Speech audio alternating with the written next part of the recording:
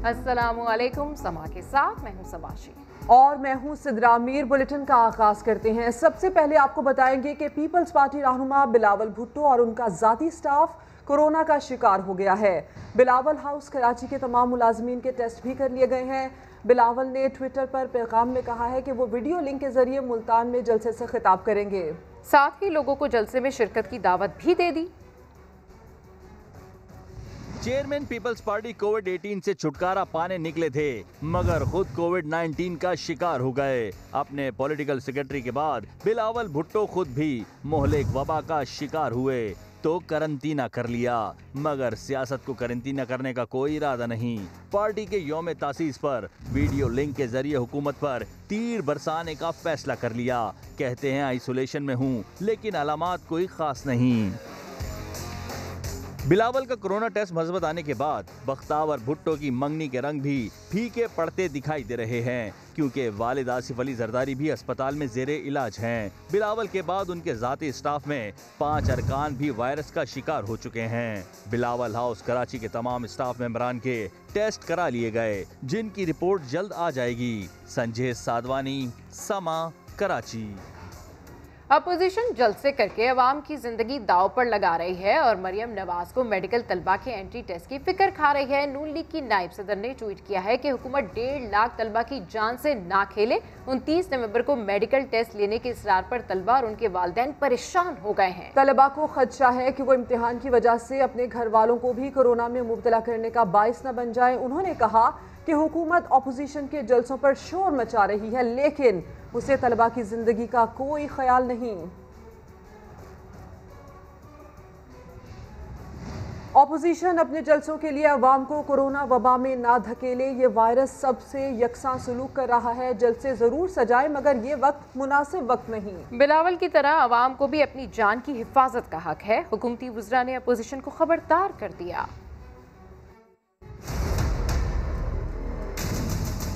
Opposition इत्तेहाद जिस तरह खुद कोरोना से अपना बचाव कर रहा है, आवाम की सेहत का ख्याल भी करे। वज़ीर-ए-आज़म के मुआविन खुसूसी शहबाज गिल ने ट्विटर पैगाम में कहा कि बिलावल जरदारी ने खुद को कोरोना की वजह से करंटीना कर लिया। अपनी हिफाजत उनका बुनियादी हक है, मगर यही हक क्या आवाम का नहीं? उनकी जान क्यों खतरे में डाली जा रही है? मुशीर इत्तलात पंजाब फिरदौस अवान ने अपोजिशन से कहा कि जलसे जरूर करें, मगर कोरोना वबा को गुजर जाने दें। ये वायरस सबसे यकसा सलूक कर रहा है। कोरोना ना तो अपोजिशन को देख रहा है, ना हुकूमत को देख रहा है, ना ताकतवर को देख रहा है, ना कमज़ोर को देख रहा है। ये वो वाहिद वायरस है जो यकसा सब पे लागू है। समा से गुफ्तगू में साइंस एंड टेक्नोलॉजी के वजीर फवाद चौधरी ने अपोजिशन को कॉमन सेंस की तरफ तवज्जो दिलाई। ये तो कॉमन सेंस की बात है, खुद ही अकल करनी चाहिए। इसमें कौन सी आपका जो है बीमारी से आप क्या करेंगे? उन्होंने सवाल उठाया कि कोरोना वबा के फैलाव में जलसा बुलाना कौन सी बहादुरी है। और 30 तारीख को मुल्तान में पीटीएम का जलसा है और वहां कोरोना पहले ही बेकाबू हो चुका है। अस्पतालों में जगह नहीं रही। 74% से ज्यादा वेंटिलेटर भर चुके हैं, जबकि पाकिस्तान में सबसे ज्यादा इन्फेक्शन रेट भी मुल्तान में ही है, जो 17% हो चुका है। मुल्तान में कोरोना के खौफनाक अदादोशुमार पहले से ही सामने आ रहे हैं। 74% से ज्यादा वेंटिलेटर्स भर चुके हैं। मुल्तान में इन्फेक्शन रेट जो बताया जा रहा है वो 17% हो गया है। मुल्तान में तशवीशनाक सूरत हाल है। अस्पतालों में जगह नहीं है, ये बताना है वहाँ के डॉक्टर्स का। किसी को भी जलसे की इजाज़त नहीं दी, ये कहना है डिप्टी कमिश्नर का। लेकिन मुल्तान की जो सूरत हाल सामने आ रही है वो इंतहाई तशवीशनाक है। यहाँ पर सबसे ज़्यादा इन्फेक्शन रेट सामने आ रहा है, 17% ये इन्फेक्शन रेट है। मुल्तान में बगैर इजाजत रैली निकालने पर पीपल्स पार्टी के गिरफ्तार रहनुमा अली मूसा गिलानी समेत 7 जियालों को रिहा कर दिया गया। जमानत पर रिहाई के बाद जियाले रहनुमा ने कहा 30 नवंबर को मुल्तान में अपोजिशन का जलसा हर सूरत होगा। इस हवाले से रिपोर्ट कर रहे हैं राशिद हमीद। मुल्तान में सियासी माहौल गर्म। पीपल्स पार्टी को बगैर इजाजत रैली निकालना महंगी पड़ गई। गुज़श्ता रोज थाना चेलियक ने अली मूसा गिलानी समेत 7 जियालों को गिरफ्तार किया। हथकड़ी लगे कारकुनों को इलाका मजिस्ट्रेट जवाद जफर की अदालत पेश किया गया। किसी डीसी की, किसी एसपी की जागीर नहीं है, ये मुल्तान आपकी जागीर है और जलसा यहाँ पर 30 नवंबर को होकर है। जियालों ने अदालत के बाहर खूब नारेबाजी की। 1 लाख मुचलकों के एवज जमानत मंजूर कर ली गई। कारकुनों ने फूलों के हार पहनाए। सबकी जमानतें मंजूर हो गई हैं और ये केस जो था ये सियासी बुनियादों पर केस दायर किया गया था। जज साहब ने केस उड़ा दिया है और सबकी जमानतें हो गई। पीपल्स पार्टी का कहना है इंतजामिया लाख रुकावटें खड़ी कर ले, पीडीएम के जलसे को कोई नहीं रोक सकता। कारकुन ही नहीं, लीडर भी कुर्बानियां देंगे। कैमरामैन अदनान सियाल के साथ राशिद हमीद, समा, मुल्तान। अब ये बताएं, न्यूजीलैंड में मौजूद पाकिस्तानी स्क्वाड में शामिल 6 अफराद के कोरोना टेस्ट मुस्बत आ गए हैं। क्रिकेट न्यूजीलैंड ने फाइनल वार्निंग दे दी है, अगर फिर SOPs की खिलाफ वर्जी की तो पूरी टीम वापस भेज देंगे। लाहौर से रवानगी के वक्त तमाम अरकान के टेस्ट मनफी आए थे। कुछ अरकान की गलती मगर मुश्किल में पूरी टीम। न्यूजीलैंड में पाकिस्तानी दस्ते के 6 अरकान के कोरोना टेस्ट मुस्बत आ गए।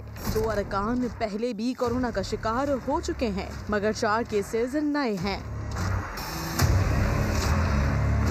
क्रिकेट न्यूजीलैंड के मुताबिक कुछ अरकान ने आइसोलेशन के पहले दिन प्रोटोकॉल्स की खिलाफ वर्जी की। वजारत सेहत ने बताया कि ये बेएहतियाती CCTV कैमरे के जरिए पकड़ी गई। टीम को फाइनल वार्निंग जारी कर दी गई है। Chief executive PCB Wasim Khan ने खिलाड़ियों को सख्ती से SOPs पर अमल का पैगाम दिया।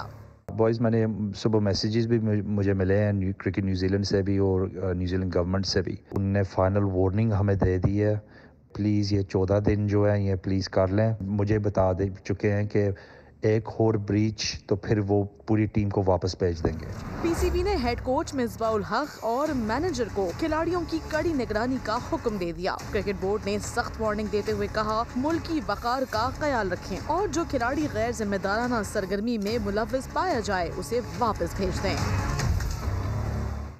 तो वफाकी वज़ीर तालीम शफकत महमूद बच्चों में बढ़ती हुई अपनी मकबूलियत से परेशान हो गए। नुमाइंदा समा फरार रब्बानी को इंटरव्यू देते हुए कहा कि बच्चों को नसीहत करता हूँ, बोले बच्चा पार्टी ज़्यादा खुश ना हो, तालीम पर तवज्जो दें। उन्होंने मजीद क्या कहा, आइए आपको दिखाते हैं।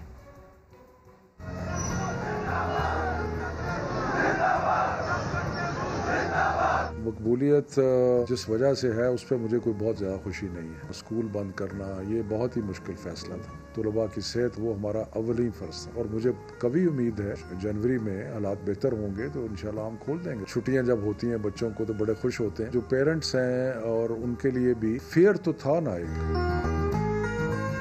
आजकल सोशल मीडिया का टाइम है, एंटरटेनमेंट के लिहाज से लोग लगे रहते हैं। कई जो चीज़ें बनाई गई थी वो बहुत फ़नी थी। दुआएं जहाँ मिली उसका मज़ा आया। बच्चों को खुशी इस बात पे एक्चुअली नहीं होनी चाहिए और यही जो खुशियाँ मना रहे थे जब हम खोलने का फ़ैसला करेंगे। मुझे पिछली दफ़ा याद है कि इन्होंने बहुत ज़्यादा एक पूरी थी कि जी बड़ा जुल्म किया और पता नहीं क्या। अब ऑनलाइन लर्निंग जो है उसके ऊपर कॉन्सेंट्रेट करना पड़ेगा। डिस्टेंस लर्निंग का मिनिस्ट्री में एक शोबा खोल दिया है। पहले टेली स्कूल का इजरा किया था, अब हम रेडियो स्कूल का इजरा करने जा रहे हैं। अच्छा, पार्टी से मैं कहूँगा कि ये वक्त जो है वो सिर्फ खेलने का नहीं है। जहाँ जहाँ ऑनलाइन लर्निंग की पॉसिबिलिटी है वो ऑनलाइन करें। हाँ, होमवर्क लें जाके, टेली स्कूल के सामने, रेडियो के सामने बच्चे बैठे। फिर जो वक्त मिलता है एहतियात के साथ गेम्स भी खेलें। पढ़ाई में मुस्तकबिल है।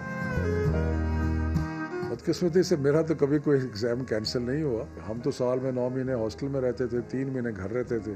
तो जब छुट्टियां ख़त्म होती तो रोते पीटते जाते थे। अब यहाँ हम खबर आपको ये देते हैं, नैब ने एहतसाब अदालत में आसिफ अली जरदारी, यूसुफ रजा गिलानी और नवाज शरीफ के खिलाफ 43 गवाहान पेश करने का फैसला कर लिया। बात करेंगे सुहेल रशीद से। सुहेल, इन गवाहान की फहरिस्त तो खासी तवील है, कब पेश होना है इनको? जी देखें, ये हर समात पर पेश किए जाएंगे क्योंकि फर्द जुर्म जो है आयद हो चुकी है। इस रास्ते में अहम रेफरेंस है ये जाली अकाउंट स्कैंडल का, जिसमें 3 बड़ों को नामजद किया गया था। इसमें साबिक वज़ीर-ए-आज़म यूसुफ रज़ा गिलानी के प्रिंसिपल सेक्रेटरी नरगिस सेठी भी गवाहान की फहरिस्त में शामिल हैं, जो फहरिस्त अदालत में जमा कराई गई है।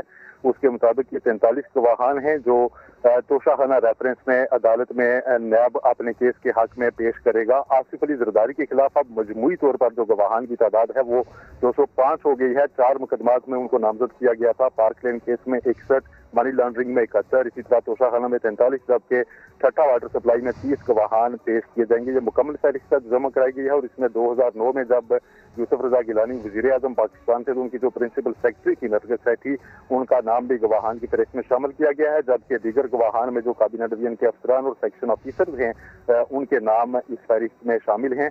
आज गवाह पेश किए गए थे जुबैर सिद्दीकी, जिनका बयान मुकम्मल नहीं हो सका और उनको 2 दिसंबर को दोबारा अदालत ने तलब किया है। खबर की तफसील के लिए आपका शुक्रिया सुहेल रशीद।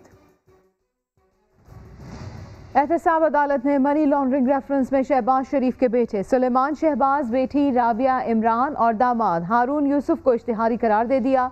नैब की जानिब से 3 गवाहों के बयान भी कलम बंद कर लिए गए। लाहौर से जहांगीर खान की रिपोर्ट। एहतसाब अदालत ने मनी लॉन्ड्रिंग रेफरेंस में शहबाज शरीफ फैमिली के 4 मेंबरान को इश्तिहारी करार दे दिया। फिर मोहलत पूरी न होने पर नुसरत शहबाज का नाम लिस्ट से निकाल दिया। शहबाज शरीफ और हमजा शहबाज एहतसाब अदालत में पेश हुए तो जज जवादुल हसन ने बेगम शमीम अख्तर के इंतकाल पर उनसे ताज़ियत की। शहबाज शरीफ के वकील ने आज गवाहों के बयान कलमबंद न करने की इस्तदा की, जिसे रद्द कर दिया गया। मुल्ज़मान की अदम पेशी पर अदालत ने सुलेमान शहबाज, राबिया इमरान और हारून यूसुफ को इश्तिहारी करार दे दिया। मुल्ज़मान को बजरिया इश्तिहार तलब किया गया था, लेकिन मुकर्ररा 30 दिन गुजरने के बावजूद वो पेश नहीं हुए। नैब की जानब से 3 गवाहों के बयान कलम बंद किए गए। Deputy secretary Punjab assembly Faisal Iqbal ने बतौर गवाह अपने बयान में कहा कि उन्होंने शहबाज शरीफ और हमजा शहबाज के तमाम अकाउंट्स का रिकॉर्ड नैब में जमा करवा दिया है। फाजिल अदालत ने आइंदा समात पर मुल्ज़मान के वकला को गवाहों पर जिरा करने का हुक्म देते हुए समात 3 दिसंबर तक मुलतवी कर दी। साथी रिपोर्टर दानियाल सत्तार के साथ जहांगीर खान, समा, लाहौर। इंतहा पसंदी, जंगी जुनून, भूख, बदनवानी, मजहबी अदम रवादारी और इजहार राय पर पाबंदी। भारत इंसानी हकूक की पामालियों का गढ़ बन गया। मोदी सरकार ने हुकूमती काले करतूतों का पर्दा चाक करने पर मारूफ दानिश्वर प्रोफेसर अशोक स्वाइन का ट्विटर अकाउंट ब्लॉक करा दिया। इस हवाले से रिपोर्ट करें इस्लामाबाद से उस्मान खान। मोदी सरकार अपने दानिश्वरों की जायज तनकीद भी बर्दाश्त करने को नहीं तैयार। हुकूमत को आईना दिखाने वाले प्रोफेसर अशोक स्वाइन के सोशल मीडिया इस्तेमाल पर पाबंदी, ट्विटर अकाउंट बंद करा दिया। पुलवामा ड्रामे और भारत के फॉल्स फ्लैग ऑपरेशन का पोल खोलने वाले अशोक स्वाइन ही हैं। स्वाइन अक्सर ये बात दोहराते हैं कि भारत अपने दोहरे मयार की वजह से बड़ा नुकसान उठाएगा। पाकिस्तान में भारतीय रियासती दहशतगर्दी के सबूत सामने आने के बाद दिल्ली सरकार बौखलाहट का शिकार। श्रीनगर के इलाके नागरोटा और कपवाड़ा में हमलों का ड्रामा फ्लॉप होने पर भी भारत को सुबकी। बात ओछे हथकंडों पर ही खत्म नहीं होती, बल्कि मोदी राज में भारत करप्शन का भी बादशाह बन गया। साबिक अमेरिकी सदर बराक ओबामा भी भारत का असल चेहरा दुनिया के सामने बेनकाब कर चुके हैं। कश्मीरियों की आवाज दबाने वाले भारत की 65 से ज्यादा मुमालिक में 256 जाली लोकल न्यूज साइट्स भी पकड़ी गयी। ये जाली भारतीय न्यूज साइट्स पाकिस्तान के खिलाफ मनफी प्रोपेगेंडा के लिए इस्तेमाल हो रही थी। अभी आपको बताएं, कंदकोट पुलिस का कच्चे के इलाके में ऑपरेशन। फायरिंग से 3 बदनामे जमाना डाकू मारे गए हैं। फायरिंग के तबादले में 5 डाकू जख्मी भी हुए हैं। कच्चे के इलाके में 3 मुखबियों की बाजियाबी के लिए ऑपरेशन जारी है। एक डाकू की बीवी भी पुलिस फायरिंग से हलाक हुई। ऑपरेशन में जिले भर से 3000 एहलकार हिस्सा ले रहे हैं। पुलिस और डाकू के दरमियान शदीद फायरिंग का तबादला जारी है। डाकू की जानिब से भारी हथियारों समेत रॉकेट लॉन्चर का भी इस्तेमाल किया गया है। और बगैर दर्द की सुई का राज जानिए कुछ देर बाद। जी हाँ, इस खबर की तफसील आपसे थोड़ी देर बाद आप जान पाएंगे। बगैर दर्द की सुई का राज, ये मामला क्या है, माजरा क्या है, अब से थोड़ी ही देर बाद इस खबर की तफसील आपको बताई जाएगी। आगे बढ़ते हुए मौसम की बात करेंगे। बारिश और बर्फबारी के बाद मुल्क के बालाई इलाकों में सर्दी की शिद्दत में इजाफा हो गया है। मासेरा के सियाहती मकामात पर सयाहों का रश लग गया है। शुमाली इलाका जात में हद निगाह बर्फ ही बर्फ। नवंबर में बर्फबारी के पुराने रिकॉर्ड टूट गए। मानसहरा के सयाहती मुकामात नारायण कागाना शुगरान के पहाड़ों पर हर सू सफेदी छाई है। मतला साफ होने पर धूप निकली तो मौसम मजीद दिलकश हो गया। लोग इन हसीन और यादगार मनादिर की तारीफ किए बगैर न रह सके। यहाँ स्नोफॉलिंग हुई थी कल रात को, हमें बहुत मज़ा आया। आप लोग भी सब आए, बाहर जाने से बेहतर है शुगरान आ जाए, बहुत मज़ा आएगा आप लोगों को। जगह बहुत खूबसूरत है। This is like Switzerland of Pakistan. ज़ियारत और गिरदोनवाह भी सर्द हवाओं की लपेट में है। बर्फबारी का सिलसिला रुकने के बाद सर्दी बढ़ गई है। पारा -7 तक गिरा तो लोग घरों तक महसूर हो गए। दीर के मैदानी इलाकों में भी हल्की बर्फबारी का सिलसिला वक्फे से जारी है। उमराट में बर्फबारी के दिल फरेब नज़ारे देखने सयाह दूर दूर से पहुँचे। महकमा मौसमियात ने आज़ाद कश्मीर, गिलगित और खैबर पख्तूनख्वा के इलाकों में सर्द हवाएं चलने और ठंड में मजीद इजाफे की पेशगोई की है। और गिलियाद में बर्फबारी के बायस राब्ता सड़कें बंद हो गई। हमारे नुमाइंदे आतिफ कय्यूम आपको मिलवा रहे हैं एक ऐसे ड्राइवर से जो सड़कों से बर्फ हटाने का काम कर रहा है। उन्होंने सयाहों को क्या नसीहत की, आइए जानते हैं इस रिपोर्ट में। गलियाद पर फिर सफ़ेद गालों का डेरा, हर सू बर्फ की सफ़ेदी छा गई। लोग मौसम का मजा लेने पहुंच गए, मगर बर्फबारी के साथ साथ रास्ते बंद होने लगे। मशीनों से बर्फ हटाने का काम जारी है। 8 साल से यहाँ पे काम कर रहा हूँ। रात को प्रॉब्लम होती है, स्लाइडें भी आती हैं, ख़तरा भी होता है, अकेले होते हैं। रात को रोड पे तो होता ही कोई नहीं है, तो सुबह रोड खोलना होता है इसलिए कि घूमने फिरने लोग आते हैं, चलो उनको कोई प्रॉब्लम ना हो, परेशानी ना हो। ड्राइवर अंसर कहता है कि अगर गलियात आने वाले सयाह पिकनिक का मजा किरकिरा नहीं करना चाहते तो एहतियाती तदबीरें इख्तियार करें। जब भी आओ अपने साथ अपने चैन लाओ, छोटी गाड़ियाँ मत लाओ, 4x4 वाली गाड़ी होनी चाहिए, फिर कोई प्रॉब्लम नहीं होती है। चैन के बगैर आते हैं फिर फंस जाते हैं, यहाँ पे हमें भी प्रॉब्लम होती है, पूरा दिन एक ही जगह पे खड़ा रहना पड़ता है।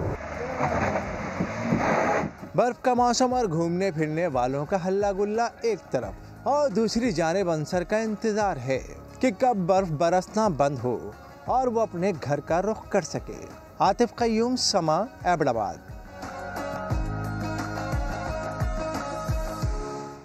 और बारिश कहाँ होगी, कितनी होगी, दर्जा हरारत कितना बढ़ेगा, कितना गिरेगा, सबा ये सब हम जानते हैं महकमा मौसमियात से। बिल्कुल, लेकिन महकमा मौसमियात ये मालूमात कहाँ से और कैसे लेता है, ये हम जानते हैं इस्लामाबाद से आबिद अली की इस रिपोर्ट में। हवा का दबाव कहाँ पर क्या है, धूप का राज कहाँ होगा, किस जगह बर्फबारी होगी, घटाएं कहाँ बरसेंगी, ये अहम मालूमात देता है महकमा मौसमियात। लेकिन वतन अजीज में इस अहम अदारे के भी क्या ही कहने। बारिश कहाँ और कितनी बरसी, पैमाइश के आलात हैं यहाँ, लोहे का टब, बाल्टी और पुरानी प्लास्टिक ट्यूब। मौसम का हाल बताने वालों को 21वीं सदी के डिजिटल दौर में क्या सहूलियात मुयस्सर हैं, उन्हीं की जुबानी जान लें। हमारे पास जो सिस्टम्स चल रहे हैं ये बिफोर पार्टीशनिंग के चल रहे हैं, लेकिन उसको साथ टाइमली हम चेंज करते रहते हैं। उसकी कैलकुलेशन में किसी जगह में एरर फील होता है तो हम उसको रिप्लेस कर देते हैं। मौसमियाती तब्दीलियों से नुकसानात के हवाले से पाकिस्तान का दुनिया में 5वां नंबर, फिर भी महकमे मौसमियात का इन्हिसार गुज़िश्ता सदी के आलात पर क्यों, इस सवाल पर जवाब ये मिला। दूसरे इलेक्ट्रॉनिक हैं या जिसे हम ऑटोमेटिक कहते हैं, उसका प्रॉब्लम ये होता है कि वो सारे इलेक्ट्रॉनिक सर्किट पे चलते हैं। किसी जगह भी कोई भी अगर एरर आ जाता है तो वो आपकी रिकॉर्डिंग को ख़राब कर सकता है। इसलिए अभी भी जो सबसे ज़्यादा रिलाई किया जाता है वो मैनुअल पे किया जाता है। वो सिंपल एक बकेट होता है। महकमे मौसमियात में सिर्फ आलात के ही ये हालात नहीं, बल्कि मुल्क भर में ऑब्जर्वेटरीज की तादाद भी आलमी मियार से बहुत पीछे है। कैमरामैन ज़ियाफत अब्बासी के साथ आबिद अली, समा, इस्लामाबाद। ब्रेक के बाद अहम मामला विफाकी वुज़रा के खिलाफ तौहीन अदालत केस की पेशावर हाई कोर्ट में समाअत हुई। अदालत ने विफाकी वुज़रा को ज़ाती हैसियत में पेश होने का हुक्म दे दिया। इस बारे में मजीद जानते हैं समा के नुमाइंदे सज्जाद हैदर से। सज्जाद, बताइएगा कौन से ये रहनुमा हैं, कौन से वुज़रा हैं जिनको ज़ाती हैसियत में पेश होने का कहा है? जी बिल्कुल, आज पेशावर हाई कोर्ट में जस्टिस रूहुल अमीन, जस्टिस इजाज अनवर पर मुश्तमिल 2 रुकनी बेंच ने जो है तौहीन अदालत केस की समाअत की है। ये वही केस है जो चीफ जस्टिस साबिक चीफ जस्टिस वकार अहमद सेठ, जो खुसूसी बेंच के सरबराह थे साबिक सदर परवेज मुशर्रफ गद्दारी केस में, जिन्होंने फैसला दिया था। तो उसके बाद जो है वफाकी वुज़रा की तरफ से एक प्रेस कॉन्फ्रेंस की गई थी जिसमें उनके खिलाफ तौहीन अमेज अल्फाज इस्तेमाल किए गए थे, जिसमें वफाकी वजीर कानून फारूक वसीम, फवाद चौधरी, मामून खसूसी, फिरदौस आशिकावान और शहजाद अकबर शामिल है। उनके खिलाफ पेशावर हाई कोर्ट में तौहीन अदालत की दरख्वास्त दायर हुई थी, जिस पर आज जो है अदालत ने समाअत की है और अदालत ने समाअत करते हुए तमाम जो प्रेस कॉन्फ्रेंस में मौजूद वज़रा थे वफाकी, उनको जो है अगली समाअत में खुद पेश होने का हुक्म दे दिया है। और उनका यही कहना था कि हम पहले इनसे वजाहत तलब करेंगे कि ये किस हवाले से जो है इनके इन्होंने प्रेस कॉन्फ्रेंस की थी, उसके बाद बाकी केस के मेरिट्स को देखा जाएगा। जी ठीक है, बहुत शुक्रिया। हमारे नुमाइंदे सज्जाद हैदर अपडेट कर रहे हैं। तुर्की की अदालत ने आर्मी कमांडोज और फौजी पायलट समेत दर्जनों अफराद को उम्र कैद की सजा सुना दी है। इन अफराद में 2016 में फौजी बगावत का इल्ज़ाम था। सजा पाने वालों में साबिक पायलट लेफ्टिनेंट कर्नल हसन शामिल हैं, जिसने तुर्क फ़ज़ाइयों को सरकारी इमारत ही नहीं पार्लियामेंट पर भी बमबारी का हुक्म दिया था ताकि सदर रजब तैयब एर्दोगान हलाक हो जाएं। अदालत ने बगावत में मदद देने पर 4 तुर्क शहरियों को भी 79 साल कैद की सज़ा का हुक्म दिया है। दूसरी जानिब तुर्क सिक्योरिटी फोर्सेस ने यूनान फरार होने की कोशिश करने वाले 3 दहशतगर्दों को गिरफ्तार कर लिया है। इन अफराद को सूबा एद्रिन के ज़िला मरीज से गिरफ्तार किया गया। तर्जुमान दफ्तर खारजा जाहिद हफीज़ की मीडिया ब्रीफिंग। कहा, इसराइल के हवाले से पाकिस्तान की पॉलिसी वाज़ेह है, इसराइल को तस्लीम करने की कोई तजवीज़ बिल्कुल ज़ेरे गौर नहीं। आपको बताएं कि तर्जुमान दफ्तर खारजा जाहिद हफीज़ की मीडिया ब्रीफिंग, जिसमें कहा कि इसराइल के हवाले से पाकिस्तान की पॉलिसी वाज़ेह है, इसराइल को तस्लीम करने की कोई तजवीज़ भी बिल्कुल ज़ेरे गौर नहीं है।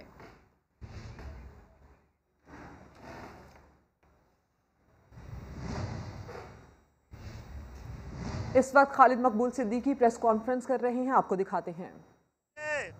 अपने इख्तियारात को अपने हाथ में लेने के लिए उनको कानून साजी करनी है तो कानून साजी करें। कराची को स्पेशल स्टेटस देना है तो कराची को स्पेशल स्टेटस दें, लेकिन आप कराची को डूबता देखकर ये समझ जाएंगे कि आपका बेड़ा पार हो जाएगा, तो ऐसा नहीं है। देखिए, ऐसा ना किया जाए कि हमें आपके कैबिनेट में बैठा हुआ हमारी जो नुमाइंदगी है वो भी गुनाह लगने लगे, वो भी बोझ लगने लगे। तो वफाक को कोई फौरी फैसले करने हैं। सिंध हुकूमत से कोई भी मुतालबा अपने मुंह पे कालिक मरने के बराबर है और उनका काम इस शहर की मईशत को और माशरत को तबाह करना था, और उनको मैं मुबारकबाद देता हूँ, उन्होंने बड़ी हद तक तबाह करके रख दिया है। आज सिंध के शहरी इलाकों के तालीमी इदारों में सिंध के शहरी इलाकों के बच्चों के पढ़ने के लिए कोई गुंजाइश नहीं रखी गई है, और ये सिलसिला बढ़ा तो रियासत को भी अंदाज़ा होगा कि वक्त निकल गया है। MQM को कमज़ोर कर देने से और मसनूई तौर पे कमज़ोर कर देने से क्या नताइज आने थे वो नज़र आने लगे हैं। ऐलान के बगैर सिंध पे सिंधु देश हुकूमत का कब्जा हो चुका है। आज इस 13 साल में सिंध के शहरी इलाकों के 1% नौजवानों को भी नौकरियां नहीं दी गई हैं। कहीं ऐसा ना हो कराची के लोग फैसला अपने हाथों में ले लें। बल्दियात मुकामी हुकूमत है, इसमें 70% गैर मुकामी लोग आ गए। मैं मुतनब्बे कर रहा हूं सिंध हुकूमत को, ऐसा ना हो आप इनको सबको अपने अपने इलाकों में लेके जाएं, आप इनको सबको सिंधु देश वापस लेके जाएं।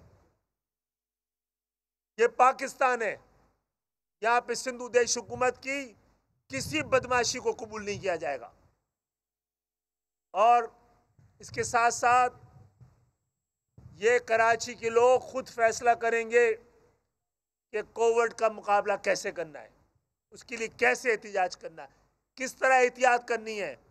हमने पहले कहा था अगर आप जहाँ से दूध मिल रहा है, जहाँ से शक्कर मिल रही है, रोज़मर्रा की ज़िंदगी का सामान मिल रहा है, उसको आप 4 घंटे के लिए खोलेंगे तो रश बढ़ेगा।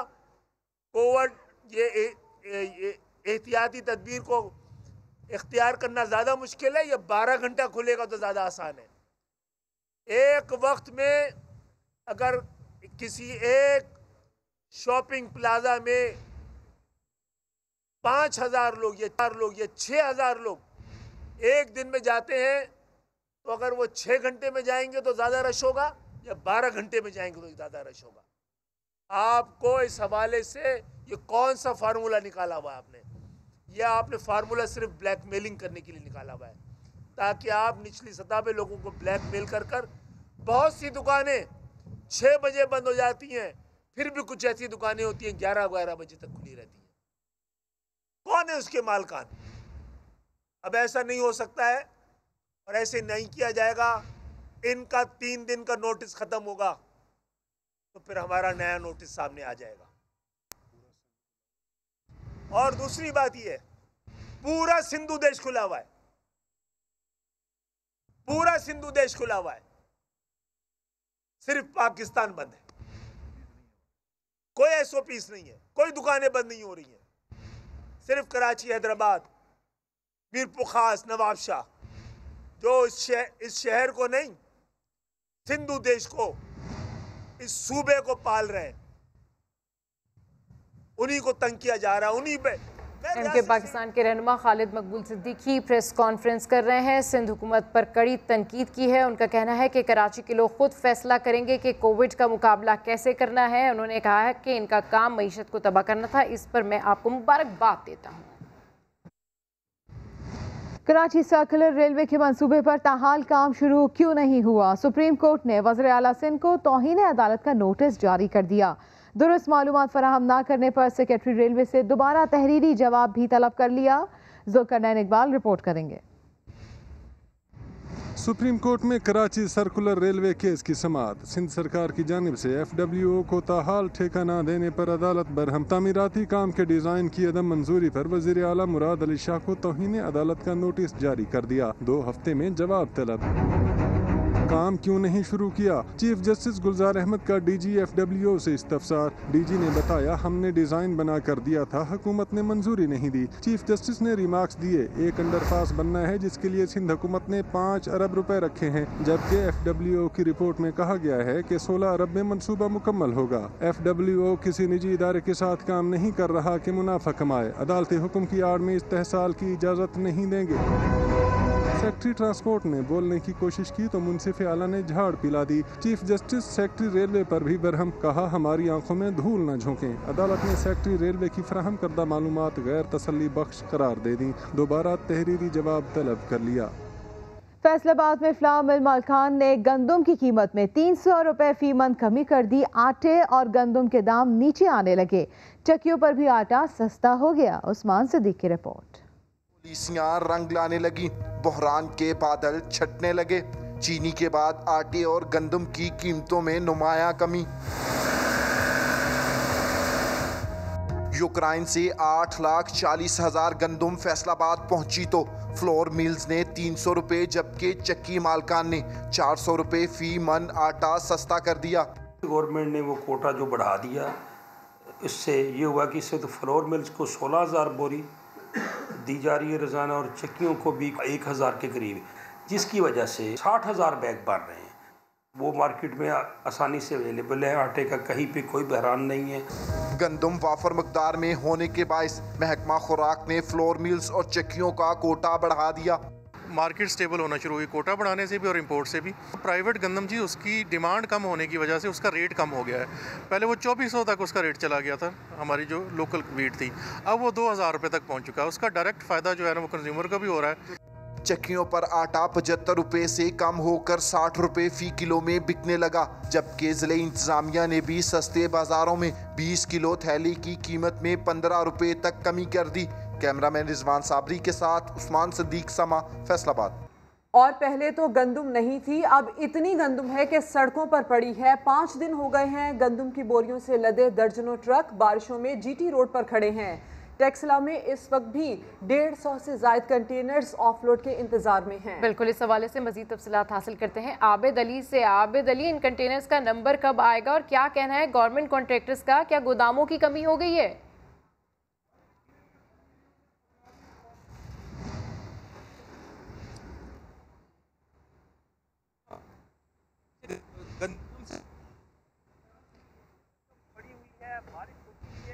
पर, और ये कोई 2, 3 या 10 ट्रक नहीं है, ये 2 सीके आबिद अली, आपकी आवाज़ हम तक सही से नहीं आ रही है। जैसे आपसे दोबारा राब्ता होगा अपडेट करेंगे। आपको बताएं कि पहले तो गंदुम नहीं थी और अब इतनी गंदुम है कि सड़कों पर पड़ी है। 5 दिन हो गए हैं गंदुम की बोरियों से लदे दर्जनों ट्रक बारिशों में जीटी रोड पर खड़े हैं।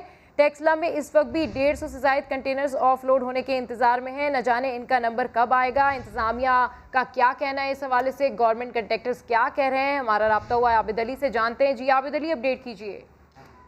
जी बिल्कुल, इस वक्त 200 से ज्यादा जो गंदम से लदे हुए कंटेनर हैं जीटी रोड के ऊपर मौजूद हैं, और जो गवर्नमेंट कंट्रैक्टर हैं वो ये कह रहे हैं कि अभी इनका नंबर काफी देर से आएगा, क्योंकि जो गोदाम है उनमें मजीद गुंजाइश की जगह खत्म हो चुकी है और रोजाना की बुनियाद पर सिर्फ 10 या 15 कंटेनर जो होते हैं वो सिर्फ ऑफ लोड हो सकते हैं। तो अगर यही सूरत हाल रही तो अभी 26 तारीख को मजीद जो होते हैं 4 बहरी बेड़े कराची पोर्ट पर आएंगे गंदम से भरे हुए। इस तरह ये रश लगती रही तो गंदम बाहर खराब हो सकती है।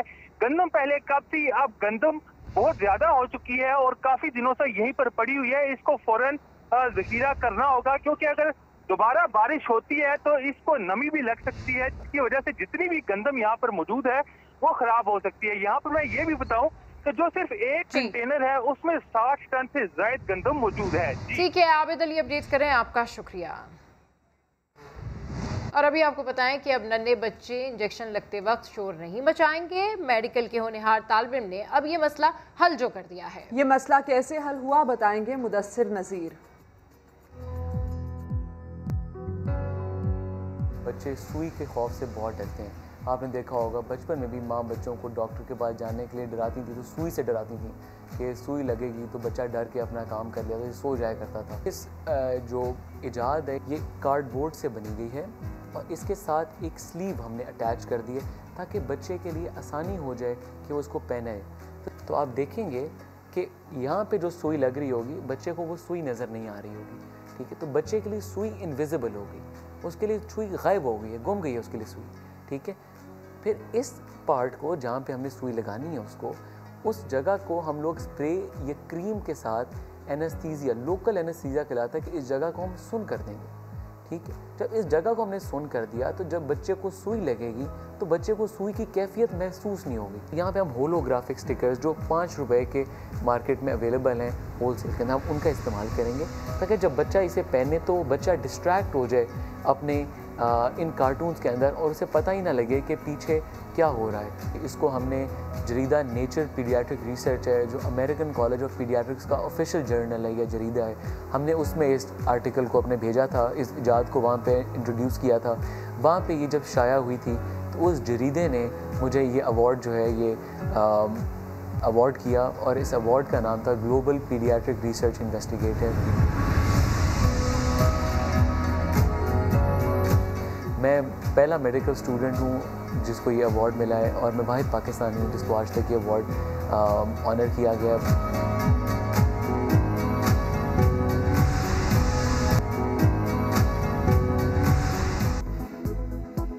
Welcome back. अब आपको मिलवाते हैं फैसलाबाद के एक ऐसे नौमौलूद से जिसमें अस्पताल के अमले की जान है लेकिन इसकी कोई पहचान नहीं। देखिए शाहीन शहजादी की रिपोर्ट।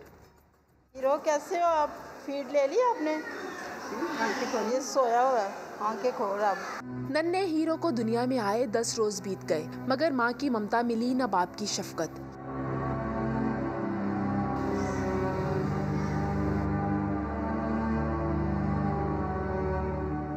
अलाइड अस्पताल की नर्सरी वार्ड में जेरे इलाज हीरो को कभी एक नर्स बहलाती है तो कभी दूसरी गोद में उठा लेती है। पैदाइश के बाद वालिदैन इसे छोड़कर कहां फरार हो गए किसी को कुछ खबर नहीं।